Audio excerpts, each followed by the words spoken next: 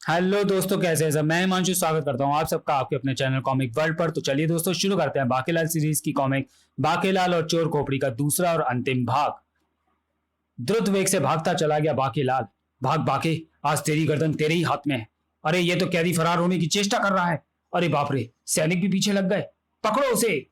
बहुत तीव्र गति के साथ भागा बाकीलाल। भाग कर अब इतनी दूर निकल जाऊंगा कि कोई सैनिक मुझ तक ना पहुंच सकेगा। अचानक ठिठक कर रुक गया बाकीलाल। ओह, ये क्या? ये तो वही चोर खोपड़ी लगती है, पर ये इस वृक्ष पर क्या कर रही है? वाह, मैं जब भी नई खोपड़ी लेने चड्डीपुर जाता हूँ, इस वृक्ष पर उगी इमली देखकर मेरे मुंह में पानी भर आता है। खट्टी खट्टी। उफ, शुक्र है इसकी निगाह मुझ पर नहीं पड़ी। जी भरकर इमली खाने के पश्चात चोर खोपड़ी बेधड़ समा गया उस गुफा में। ओह, उसके पंजों में राजा बनियान की खोपड़ी दबी है। चलो अच्छा हुआ, यह दृश्य देखकर मुझे अपार हर्ष हो रहा है। तभी, तुम उधर देखो सैनिक, और तुम उधर। बाकीलाल इधर ही कहीं होना चाहिए। बाप रे, इनसे तो बचना ही पड़ेगा मुझे, वरना ये मेरी खोपड़ी ले जाएंगे, टांग देंगे उस खामोश के धड़ पर। बचने को बाकी अभी कुछ ही आगे बढ़ा था कि उसे दिखी एक गुफा। गुफा, वाह, बड़े अच्छे मौके पर दिखी है ये गुफा। आगे बढ़ता चला गया बाकीलाल। कितनी लंबी है ये गुफा। और उछल पड़ा बाकीलाल वह स्वर सुनकर। जादूगर बालिया, आज तुमने मेरे आलुओं का हक अदा कर दिया राजा की ये खोपड़ी लाकर। यह खोपड़ी जरूर फिट आ जाएगी मेरे भाई नाड़ापुर की, नाड़ा राज की गर्दन पर। जादूगर बालिया, हम आज भी उस दिन को कोसते हैं जब नाड़ा राज तुम्हारे साथ अंगोछा राज्य के जंगल में शेर के शिकार को गए और बिना सिर के लौटे। महाराज, शेर से युद्ध के समय में मूर्छित न हो जाता तो नाड़ा राज की खोपड़ी के यथा स्थान पर मैं स्वयं अपनी खोपड़ी उस भयानक शेर के जबड़े में डाल देता। उसके बाद तो फिर बेधड़क बेधड़ कई खोपड़ियां लाया, पर एक भी नाड़ा राज के धड़ पर सही न बैठी। अब तो नाड़ा राज को इसी खोपड़ी से संतुष्ट होना पड़ेगा। अपने भाई कच्छा राज की ये भेंट पाकर बहुत प्रसन्न होंगे बड़े भैया। ओह, तो यहाँ है चोर खोपड़ी के आका। पर अब मुझे शीघ्र यहाँ से निकल जाना चाहिए, कहीं मैं किसी और मुसीबत में। ये क्या? बाकीलाल की आंखें भय से फैल गई। एक और कटा हुआ सिर, और इसकी सूरत तो कच्छा राज से मिलती है। कुछ सोचते सोचते उछल पड़ा बाकीलाल। कहीं ये खोपड़ी नाड़ा राज की तो नहीं, किंतु ये यहाँ कैसे पहुंची? अगले पल, वाह, एक योजना बन तो रही है धांसूसी। अगर मेरी ये योजना कामयाब हो गई तो चड्डीपुर अंगोछा राज्य में ऐसा युद्ध छिड़ेगा कि अब आ गया है राजा बनियान को खामोश करने का वक्त। गुफा से बाहर निकलकर कुछ ही आगे बढ़ा था बाकीलाल की वह रहा बाकीलाल।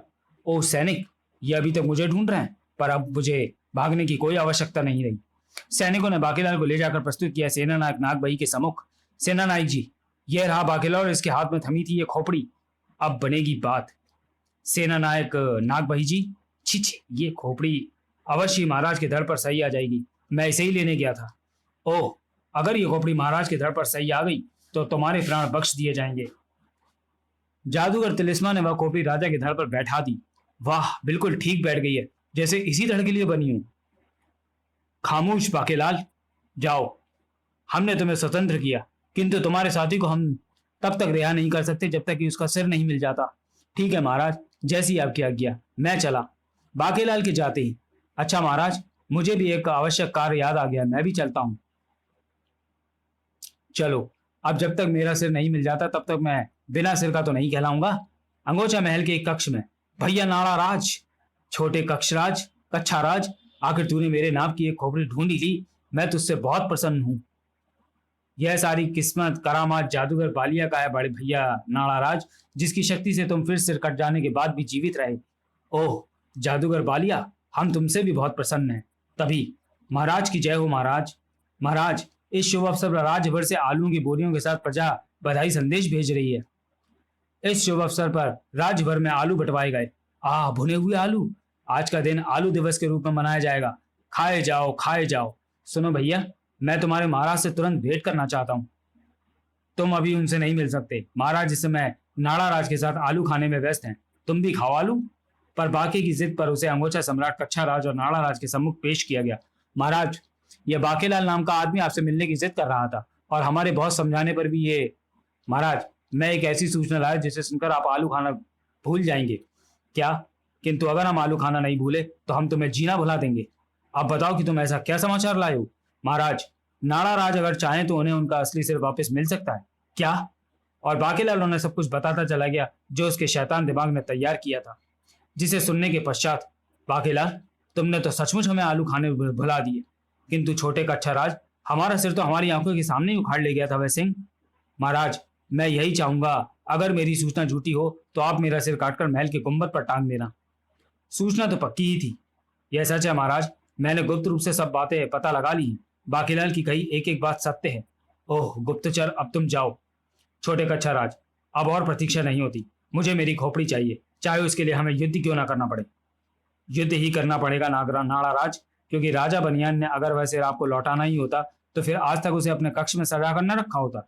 वह तो मजबूरी वश जब उसका सिर नहीं रहा तो उसे लगाना ही पड़ा। आपका सिर अपने गायब सिर के स्थान पर। ओहो छोटा कच्छा राज, युद्ध की तैयारी कर। युद्ध की तैयारी होड़ में नहीं रुक सकता। मैं सेनापति लंगोट सिंह से कहता हूं कि वह सेना तैयार करे। नहीं हो माने नहीं और सकदा माने सकता। अब बनेगी बात। अंगोछा राज्य द्वारा चढ़ाई का समाचार सुनकर क्रोधित हो उठा चड्डीपुर का राजा बनियान। खामोश, अगर ऐसी बात है तो फिर हमने भी चूड़ियां नहीं पहन रखी हैं। हम भी युद्ध करेंगे। हमारी तलवार पर नई धार लगाकर उसे हमारे सामने प्रस्तुत करो। जो आज्ञा महाराज। इस प्रकार निकल पड़ी राजा बनियान की सेना। कच्छा राज मुर्दाबाद, कच्छा नाड़ा राज मुर्दाबाद। उधर से चली आ रही थी अंगोछा राज्य की सेना। चड्डीपुर मुर्दाबाद। चड्डीपुर के राजा, नाड़ा राज तेरे जिस्म से प्राण रूपी नाड़ा खींचकर तेरी जिंदगी का पजामा सरका देगा। इधर पूरे महल में अकेला खुराफाती रह गया बाकीलाल। वाह, सब युद्ध पर गए हैं, यही उचित अवसर है मेरे लिए खजाना बटोरने का। ए ठहरो, यह प्रतिबंधित स्थान है, हर कोई यहाँ नहीं आ सकता। मैं हर कोई नहीं हूं। गजब की फुर्ती के साथ बाकीलाल ने उन दोनों पर वार कर दिया। ताक आह, अब पता चला कि मैं कौन हूं। कुछ ही देर बाद बाकीलाल अपनी पीठ पर एक बड़ी सी गठरी बांधे जंगल में आगे बढ़ा चला जा रहा था। वाह, अब इन बहुमूल्य जवाहरातों के साथ में होता हूं यहां से दुड़की। पर इधर ये क्या हो रहा है? जादूगर बालिया, जादूगर तिलिस्मा, दोनों ऐसे गले लगकर मिले मानो सगे भाई हों। भैया, मेरे भाई, यह तो दोनों भाई निकले। ये सब क्या हो रहा है? बाकीलाल नाम का वह शैतान महाराज की खोपड़ी तक कैसे पहुंच गया? जानते हो वो खोपड़ी इस समय राजा बनियान की धड़ पर टिकी है, और राजा बनियान की खोपड़ी हमारी समय योजना अनुसार हम पहली धड़ के जरिए पहुंचा चुके हैं नाड़ा राज के धड़ पर। वह तो ठीक है, किंतु नाड़ा राज की खोपड़ी मुझे ले जाकर सौंपनी थी राजा बनियान को। यह कार्य चोर बाकीलाल नहीं किया, पर भैया तिलिस्मा, उस बाकीलाल ने अनायास ये काम तो कर दिया जिसे करने के लिए हमें इतना समय लग गया। ऋषि काली जुबान के शाप के अनुसार हम स्वयं किसी भी राजघराने से संबंधित व्यक्ति का अहित करने की चेष्टा करते तो अंधे हो जाते। इसलिए हम न जाने कब से ये चेष्टा कर रहे थे कि दोनों राज्यों में शत्रुता करा दी जाए। जानते हो आज अंगूठा सम्राट कच्छा राज और नाड़ा राज ने अपनी सेना के साथ चड्डीपुर पर चढ़ाई कर दी है। अब ये दोनों राज्यों के राजा एक दूसरे के हाथों मारे जाएंगे और फिर दोनों राज्यों पर हो जाएंगे हम दोनों भाइयों के अधिकार। ऋषि काली जवान के शाप से बचने के लिए ही मैंने बेधड़ को एक शेर के रूप में परिवर्तित करके नाड़ा राज की खोपड़ी उतार ली थी और उसे अपनी शक्ति के दम पर मरने न दिया था। और उसकी खोपड़ी छिपाने के बाद मैं उसे महल ले आया था। फिर महाराज का विश्वास पात्र बने रहने के लिए मैं बेधड़ से जानबूझकर ही चड्डीपुर में ऐसी खोपड़ी अब मंगाता रहा जो नाड़ा राज के सिर पर ठीक से नहीं बैठती थी। ऐसा जादू तो अपनी साख बनाए रखने के लिए मैंने भी वहां फैला रखा था कि चाहे किसी की खोपड़ी कट जाए पर मरेगा कोई नहीं। तभी चौंक पड़े दोनों। अरे ये बाकीलाल, ये तो बाकीलाल है, ये पीठ पर गठरी बांधे कहाँ, गठरी टांगे कहाँ भागा जा रहा है? अवश्य कोई गड़बड़ है, हमें उसका पीछा करना चाहिए। उधर दोनों सेनाएं आ पहुंची आमने सामने। बाकीलाल ठीक कहता था, इसके धड़ पर तो मेरा ही सिर रखा है कच्छा राज। ओह, तो यही है चोर खोपड़ी के आका, जिन्हें दूसरों की खोपड़ी चुराने का बहुत शौक है। युद्ध करने भी आया तो मेरी खोपड़ी लगाकर।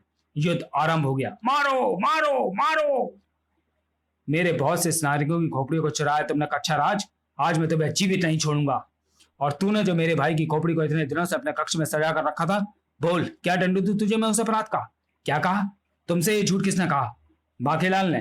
क्या बाकीलाल ही तो ये सिर लेकर मेरे पास आया था? ठहरो, इस बात में अवश्य कोई भेद है। मुझे भी कोई घपला दिख रहा है भैया। नाड़ा राज, हमें तुरंत वापस जाना चाहिए। ठहरो, मैं भी तुम्हारे साथ चलता हूं, लेकिन पहले अपनी अपनी खोपड़ियां बदल लेते हैं। बाकीलाल की राह रोक ली दोनों जादूगरों ने। ए रुक जा तू बाकीलाल, तेरी पीठ पर क्या है? दोनों राज्यों के जादूगर यहाँ एक साथ क्या कर रहे हैं, जबकि वहां रणभूमि में युद्ध का बिगुल बच चुका होगा? भैया, इस गठरी में तो खजाना लदा है और गठरी पर राज चिन्ह भी बना है। अगर ये खजाना ही ले गया तो हम खाली राजकोष पर अधिकार करके क्या करेंगे? राजकोष पर अधिकार? ओ, आप समझा। बाकीलाल, तूने दोनों राज्यों को आपस में लड़वाकर हमारा एक बहुत बड़ा काम कर दिया है। इसलिए अगर तू हमें ये खजाना लौटा दे तो हम तेरे प्राण बख्श देंगे। हाँ बाकीलाल, पर जल्दी कर। और बाकीलाल ने ना दिया खजाना ना दिया जवाब। भागो! मैं अभी बेधड़ को बुलाता हूँ। बेधड़ को प्रकट किया जादूगर बलिया ने। बेधड़, बाकीलाल से वह गठरी छीन लो। भागते भागते बुरी तरह चौंक उठा बाकीलाल। हा हा हा हा। ओह, बेधड़ यानी चोर खोपड़ी। इसी पल ठोकर खाकर गिरा बाकीलाल। ठाक आह, और गठरी जा गिरी सीधी उस गहरे गड्ढे में।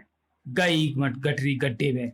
बेधड़ भी गया गठरी के पीछे पीछे गड्ढे में, पर इस गड्ढे में तो बचाओ। गठरी को तो सटक ही गया था वह विशाल मेंढक, और जब उसने दबोच लिया था, अब उसने दबोच लिया था बेधड़ को भी। ही, बहुत दिनों के बाद कोई शिकार फंसा है, बचाओ। बेधड़ को भी सटक कर डकार ली मेंढक ने। कोई और भी है क्या ऊपर? इधर बाकीलाल को दबोच लिया तिलिस्मा ने। बालिया, तू गठरी ला, मैं इसे देखता हूं। अब खजाने की वो गठरी कहा जाएगी बेधड़। ओह बेधड़, कहां मर गया रे तू? बलिया भी कूद गया वो गड्ढे में। आ गया एक शिकार, और नहीं। और उधर जैसे ही तिलिस्मा ने गड्ढे में झांका, उफ बाकीलाल, वह खजाना और मेरा भाई तेरे कारण ही विशाल मेंढक के पेट में चले गए। बाकीलाल, अभी तक तो हम दोनों भाइयों के जादू के कारण सिर कट जाने के बाद भी दोनों राज्यों के लोग जीवित बच जाते थे, किंतु अब हमने वह जादू तोड़ दिया है। युद्ध में सारे मारे जाएंगे। आऊ, फेंक फेंक, जल्दी फेंक। ठीक तभी, तिलिस्मा, ये क्या कर रहे हो? मौत के इस गड्ढे में तो तुम्हें हम फेंकेंगे। महाराज, मुझे बचाइए, पकड़ लो इस दुष्ट को। मगर महाराज, मेरी भी तो सुनिए। हमने सब तुम्हारे मुंह से सुन लिया है तिलिस्मा। फेंक दो इस दुष्ट को भी गड्ढे में। जादूगर तिलिस्मा को सैनिकों ने उछाल फेंका उस गड्ढे में। आ! बाकीलाल, ये सब क्या चक्कर है? महाराज, क्या अब भी आप कुछ नहीं समझे? ये दोनों दुष्ट दोनों राज्यों के बीच युद्ध करवाकर राज्यों पर अपने अधिकार करना चाहते थे। मेरे साथी विक्रम सिंह का भी सिर भी तिलिस्मा ने गायब कर दिया था, और उसी को नष्ट करने की धमकी देकर उसने मेरे हाथों नाड़ाराज का सिर राजा बनियान के पास पहुंचाया था, ताकि मेरे भड़काने पर नाड़ाराज अपना सिर वापस प्राप्त करने के लिए युद्ध करे। किंतु महाराज, मैं भला दोनों ही राज्यों के साथ गद्दारी कैसे करता? अवसर देखते ही मैंने अपना दांव चला दिया, जिसका शिकार होकर बेधड़, उस चोर खोपड़ी, जादूगर बालिया और खजाने की गठरी तीनों उस मेंढक के पेट में समा गए। महाराज, कच्छा राज, शायद आपको नहीं मालूम कि आपके राजकोष से जादूगर भाइयों के कहने पर ही मैं ही खजाना भी ले आया था। अपनी योजना अनुसार इन दोनों दुष्टों का अंत करने के बाद मैं सीधा रणभूमि पहुंचना चाहता था, ताकि वह युद्ध न होने पाए। किंतु बाकीलाल, आज तुम्हारे कारण इन दोनों दुष्ट भाइयों का भेद खुल गया, और दोनों ही राज्य तबाह होने से बच गए। पर बाकीलाल, तुम्हारे साथी की खोपड़ी का कुछ पता चला या नहीं? महाराज, मेरे साथी की खोपड़ी तो उसे वापस मिल गई होगी, पर अब आपके अन्य नागरिकों की खोपड़ी उन्हें वापस न मिल पाएंगी, क्योंकि दोनों जादूगर भाइयों का जादू अब टूट चुका है। वे लोग तो अब तक मर चुके होंगे। तब उस विशाल मेंढक को मारकर उसके पेट से खजाने की गठरी निकाल ली गई। उधर विक्रम सिंह का सिर तो वापस आ चुका था, किंतु उसकी दोनों टांगें फिर गायब हो गई थी। बाकीलाल, तू मेरा कितना ध्यान रखता है रे। हाय रे फूटी किस्मत। और दोनों पुनः बढ़ चले विशालगढ़ की खोज में आगे। समाप्त। तो चलिए दोस्तों, वीडियो को यहीं समाप्त करते हैं और मिलते हैं बाकीलाल सीरीज की अगली कॉमिक बाकीलाल और चमत्कारी वृक्ष में। तब तक के लिए धन्यवाद।